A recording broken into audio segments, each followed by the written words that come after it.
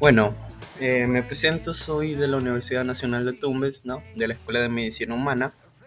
El día de hoy vamos a hablar acerca de lo que es el tálamo. Eh, Nuestro docente es Luz María Moyano Vidal y los participantes es González Hernayón, Mendoza Mírez Bruce y quien les habla, Augusto Solano Freddy. Bueno, el contenido del tálamo es hablar sobre su anatomía, sus generalidades, sus núcleos, sus tractos e irrigación. Comenzaremos hablando sobre su anatomía. El tálamo, eh, acá tenemos un corte sagital, ¿no? Medial hacia lateral. Tenemos que el tálamo va a ser la mayor parte del diencéfalo, ¿no? También va a ser una de las más importantes de lo que es del encéfalo.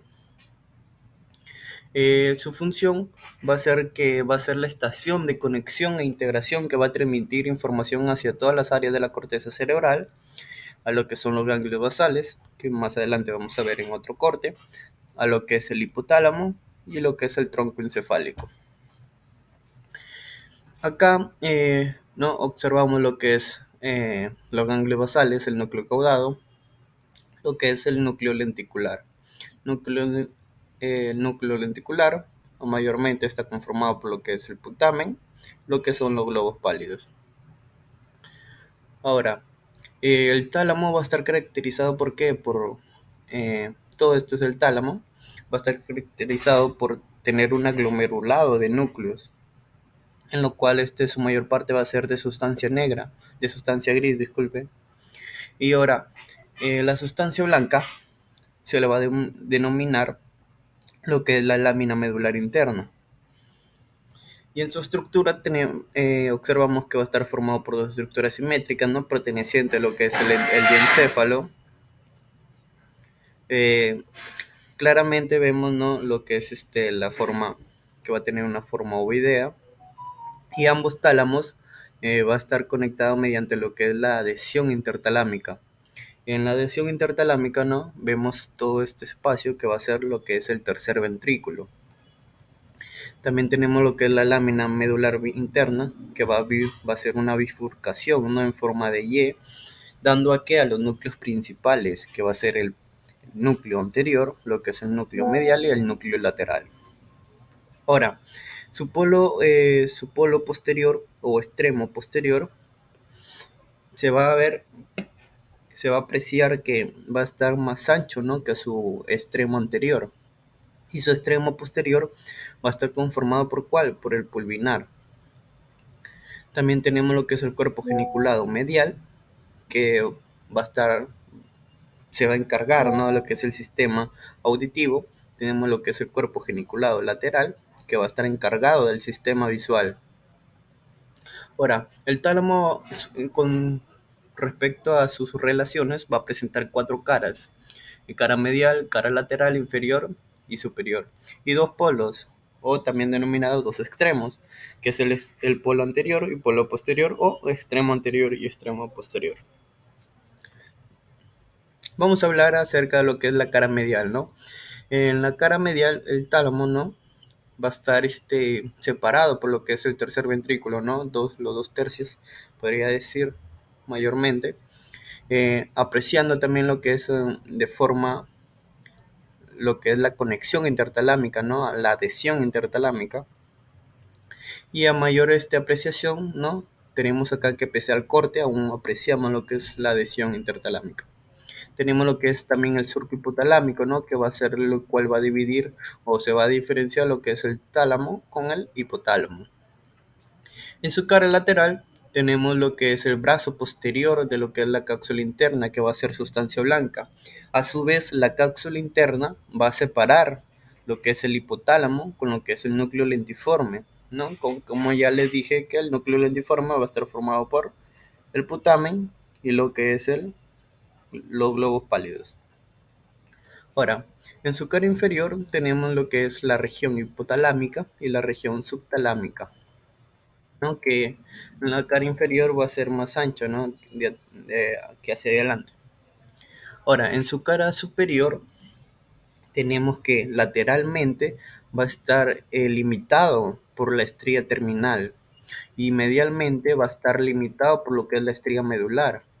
Y a su vez también tenemos lo que es el plexo coroideo, ¿no? También fisura coroidea, en lo cual va a estar formado, ¿no? Por a la altura del tercer ventrículo. También tenemos lo que es la vena cerebral interna, lo cual está medialmente, ¿no? Y la vena tálamo estriada superior, que va a estar lateralmente. Ahora, su polo anterior o extremo anterior, ¿no? Va a ser conformado por lo que es el agujero interventricular, ¿no? En lo cual va a comunicar, eh, lo cual se comunica el tercer ventrículo con lo que es los ventrículos laterales. Tenemos lo que es la columna del fornix, ¿no? Que acá tenemos un corte, pero a mayor apreciación acá lo tenemos, que es la columna del fornix, ¿no? Todo esto es el fornix. En la parte, en el extremo anterior, tenemos lo que es la columna del fornix. Ahora, en el polo posterior tenemos lo que es el pilar del fornix. Ya que les dije que todo esto iba a ser el fornix, este va a ser el pilar del fornix.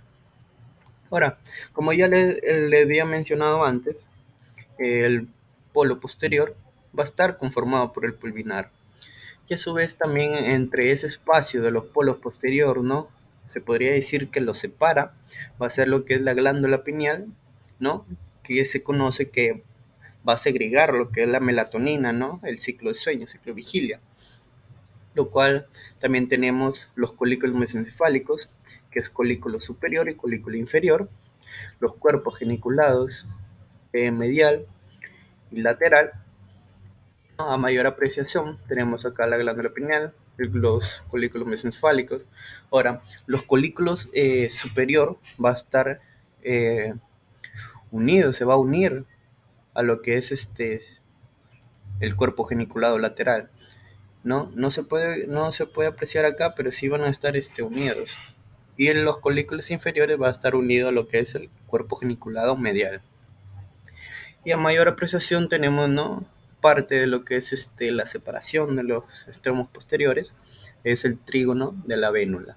Entonces, entrando a los núcleos talámicos, encontramos que son tres porciones principales: la porción anterior, lateral y medial, que van a contener los núcleos anteriores, laterales, esta zona de roja, las anteriores vendría siendo esta zona amarilla, y la porción medial, ¿no? Estos núcleos van a estar separados por la lámina medular interna, que vendría siendo esta lámina en forma de Y.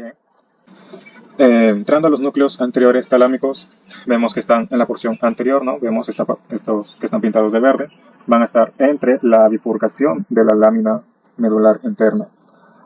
Sus subdivisiones vendrían siendo anteroventral, anteromedial y anterodorsal. Y van a recibir información ¿de quién? Del sistema límbico. Entonces, sus fibras aferentes que van a llegar a través del tracto mamilotalámico, ¿sí? El tracto mamilotalámico, que ¿hacia dónde? ¿De dónde vienen, mejor dicho? Vienen de los tubérculos mamilares, exactamente del núcleo mamilar medial, esto que es proyección de los núcleos anteroventral y anteromedial, y del núcleo mamilar lateral, que vendría siendo proyectada de manera bilateral sobre el núcleo anterodorsal, ¿no? Mientras que sus fibras aferentes van a dirigirse hacia la corteza cerebral, y estos vendrían siendo bidireccionales. ¿Qué quiere decir bidireccionales? O recíprocas, que van a tanto recibir como enviar señales, ¿no? Bidireccionales, ¿no? Entonces, estas fibras eferentes sabemos que se van a proyectar hacia dónde, hacia el giro singular, el área límbica anterior, el giro parahipocampal, las áreas dorsolateral prefrontal y posterior de la neocortesia, ¿no? Luego tenemos los núcleos laterales talámicos, cuya ubicación, como su mismo nombre lo indica, va a ser lateral a la lámina medular interna, ¿sí? Estas son las pintadas de verde. Su ubicación, van a estar divididas en dos hileras: en la hilera ventral, en donde vamos a encontrar los núcleos ventral anterior, el núcleo ventral lateral y el núcleo ventral posterior. Luego, la hilera dorsal son Encontramos los núcleos geniculados medial, geniculado lateral, núcleo lateral dorsal y núcleo lateral posterior, además del núcleo pulvinar, ¿no? Además, hay que destacar que estos núcleos vendrían siendo los más grandes, ¿no? Los núcleos laterales. Y ahora, entrando a lo que vendrían siendo ya sus subdivisiones, ¿no? De las hileras, el núcleo ventral anterior, que va a estar ubicado en el grupo ventral de los núcleos, va a estar entre los ganglios basales, que mi compañero acaba de mostrarles, y entre las áreas motoras de la corteza premotora, ¿no? Entonces sus límites vendrían siendo el núcleo reticular, el núcleo lateral, las láminas medulares internas y externas, ¿no? Y este núcleo va a constar de porción principal y porción magnocelular. Entonces, eh, ¿por qué decimos que está ubicado entre los ganglios basales y las áreas motoras de la corteza premotora? ¿Por qué? Porque lo que va a hacer su función va a transportar información para ambos, ¿no? Tanto para los ganglios como para las cortezas. Y ahora sus fibras aferentes van a provenir del segmento interno del globo pálido, además de la sustancia negra. Del segmento interno del globo pálido sería la porción principal del núcleo ventral anterior, mientras que la sustancia negra sería hacia la porción magnocelular del núcleo, ¿no?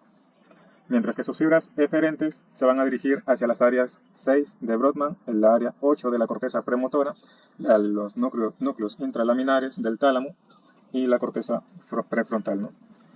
Ahora, tengamos en cuenta que estas dos, las fibras que se dirigen hacia las áreas 6 y 8, serían recíprocas. ¿Que eran recíprocas? Que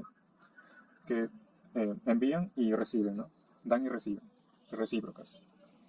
Ahora, estas fibras eferentes en el núcleo ventral anterior lo que va a hacer es modular y transportar señales de los ganglios basales a la corteza premotora, ¿no? Como ya lo dije.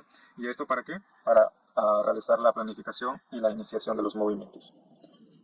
Entonces, el núcleo ventral lateral, este núcleo va a tener dos divisiones principales, la porción anterior y la porción posterior. Sus fibras aferentes van a provenir del globo pálido de manera ipsilateral de los núcleos eh, cerebelosos profundos de manera contralateral y de los núcleos vestibulares y además de la corteza, ¿no? Entonces, del globo pálido de manera ipsilateral, ¿hacia dónde va a enviar las fibras? Va a enviarlas hacia la porción anterior del núcleo ventral lateral. Esto es por medio del fascículo talámico, ¿sí? Mientras que de las fibras que van a provenir de los núcleos cerebelosos profundos de manera contralateral van a dirigirse hacia la porción posterior del núcleo ventral lateral. Y mientras que las fibras que vienen de los núcleos vestibulares y la corteza motora precentral, va a ser por medio del tracto espinotalámico, ¿sí? Mientras que sus fibras eferentes, ¿a quiénes se van a dirigir? Su porción anterior va a dirigir fibras hacia la corteza motora suplementaria y su porción posterior hacia la corteza motora lateral, hacia la área, perdón, su porción posterior va a dirigir fibras hacia el área 4 de la corteza motora primaria. Entonces el núcleo ventral posterior va a ser el núcleo principal de las vías somatosensitivas y va a estar subdividido en el núcleo ventral posteromedial y el núcleo ventral posterolateral.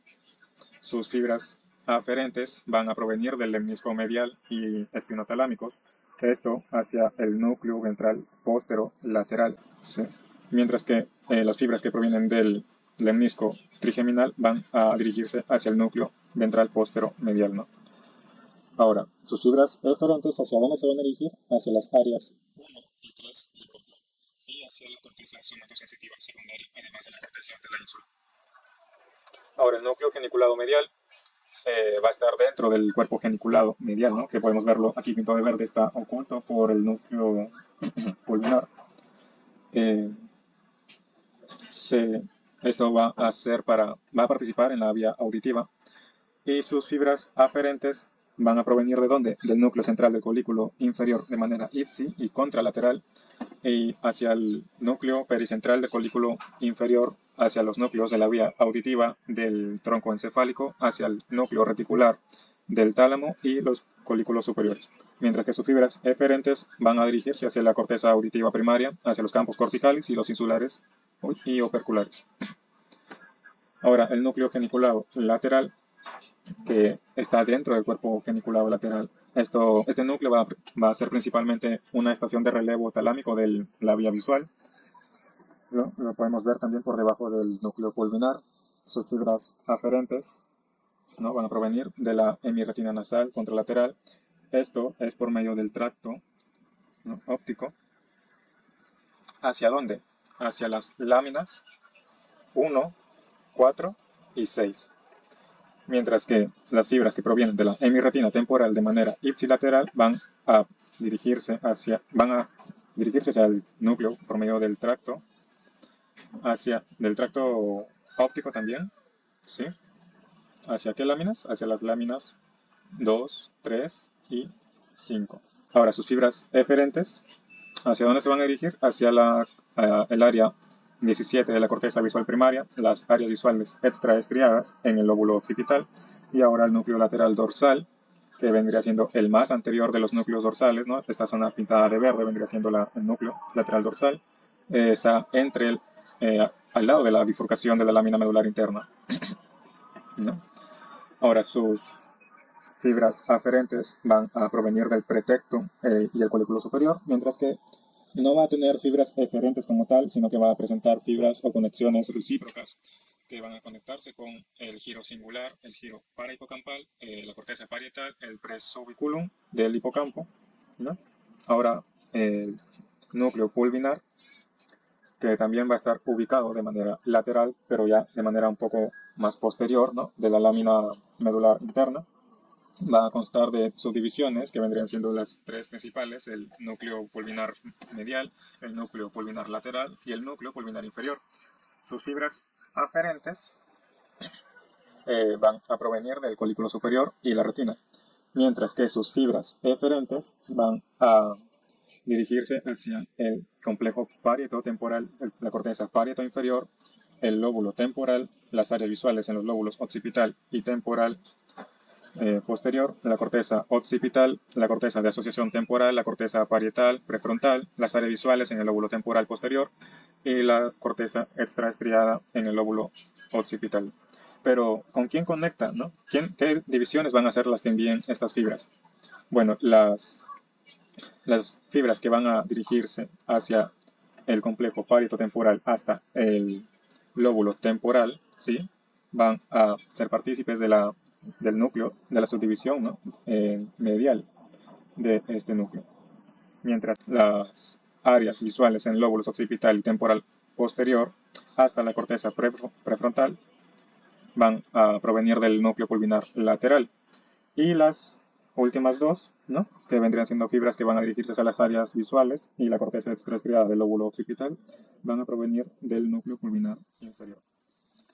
Ahora, en los núcleos talámicos mediales, aquí vamos a encontrar al núcleo dorsal medial, ¿no?, que va a estar, como su mismo nombre lo indica, ubicado en la zona medial a la lámina medular interna del tálamo, y va a tener una porción magnocelular y parvo-lateral, ¿no?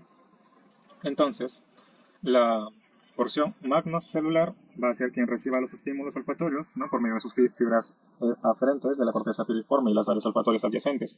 Además, también va a recibir fibras aferentes de la porción ventral pálido y la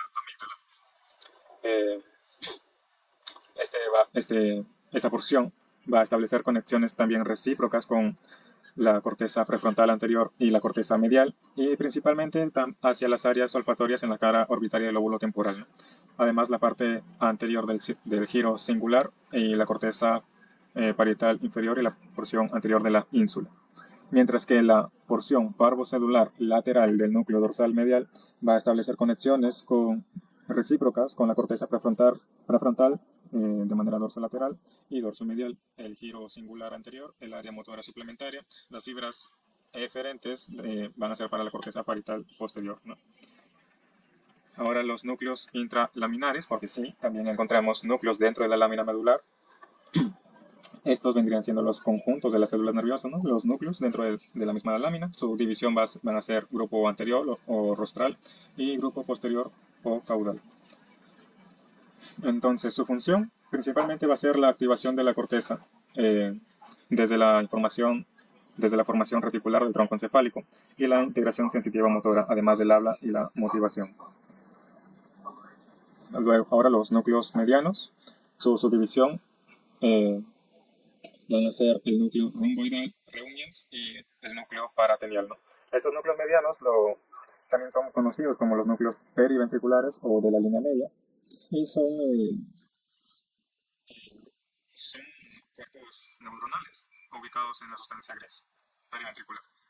Entonces, los núcleos medianos van a recibir fibras aferentes del hipotálamo, la sustancia gris, periacuedectal del mesencéfalo, el tracto espinotalámico, la formación reticular medular, la formación reticular del puente, mientras que sus fibras eferentes van a dirigirse hacia el hipocampo, la amígdala y el núcleo accumbens, ¿no? Luego al núcleo reticular. Este núcleo tiene una forma delgada y va a tener una forma de concha además este se envuelve alrededor del borde lateral del tálamo, extendiéndose desde el polo rostral hasta el pulvinar y el núcleo geniculado lateral. Entonces su ubicación va a ser adyacente a los núcleos talámicos y va a estar separado de estos por la lámina medular externa. Entonces sus fibras aferentes provienen del núcleo cuneiforme del mesencéfalo, la corteza frontal, la corteza temporal y la corteza occipital, mientras que sus fibras eferentes van a dirigirse hacia el cuerpo del tálamo y hacia la porción dorsal del tálamo de manera contralateral. Además, se cree que este núcleo va a estar involucrado en la activación y la modulación de la información que es relevada a través del tálamo, ¿no? Esto para poder regular su propia actividad. Ahora continuaré con la parte de tractos. Primero, antes de mencionar los tractos que pasan a través del tálamo, tenemos que saber que los tractos también son llamados vías. Tenemos las vías ascendentes y descendentes. Y en la imagen superior podemos ver la representación de un corte de la médula espinal. La parte amarilla sería básicamente la sustancia blanca y la parte gris la sustancia gris. Podemos ver una vista anterior y posterior. Sabemos que es anterior porque, por ejemplo, en la imagen de abajo vemos un espacio, el cual es la fisura media anterior. Debido a eso sabemos que es anterior y que es posterior. Si dividimos en dos, podemos ver que en la parte derecha están los tractos ascendentes, en la parte izquierda los tractos descendentes. Estos tractos ascendentes hacen un recorrido desde los nervios, pasan a la médula espinal y llevando sensación, y de la médula espinal continúan hasta el tálamo, y del tálamo ya continúan finalmente hasta el cerebro, hasta alguno de los lóbulos del cerebro. Entonces, ahora con respecto a los tractos que pasan a través del tálamo, tenemos, por ejemplo, al tracto espinotalámico anterior. Este es responsable de conducir la sensación de tacto grueso y presión.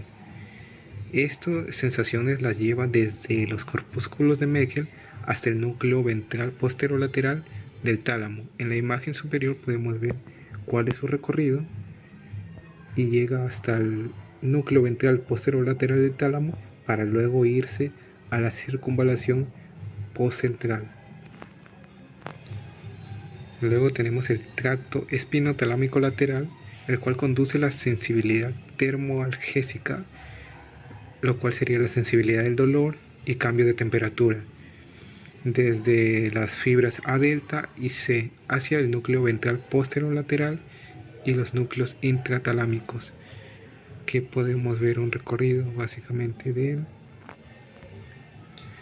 Luego de eso tenemos el sistema columno dorsal lemnisco medial, el cual transporta la propiocepción, tacto discriminativo, vibración y reconocimiento de formas a partir de los corpúsculos de Pacini, plexos de Meissner y órganos tendinosos de Golgi hasta los núcleos ventral posterolateral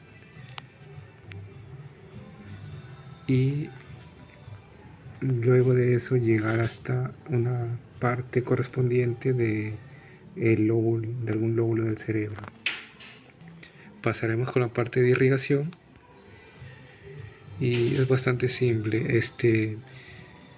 El tálamo está irrigado básicamente por la arteria comunicante posterior y la arteria cerebral posterior, las cuales forman parte del polígono de Willis, y las ramas de estas terminan irrigando al tálamo.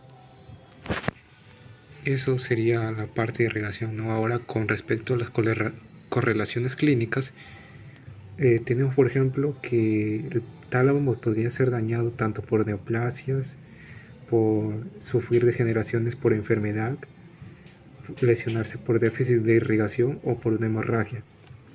Una hemorragia, por ejemplo, que lesionara una parte del tálamo causaría una pérdida sensitiva.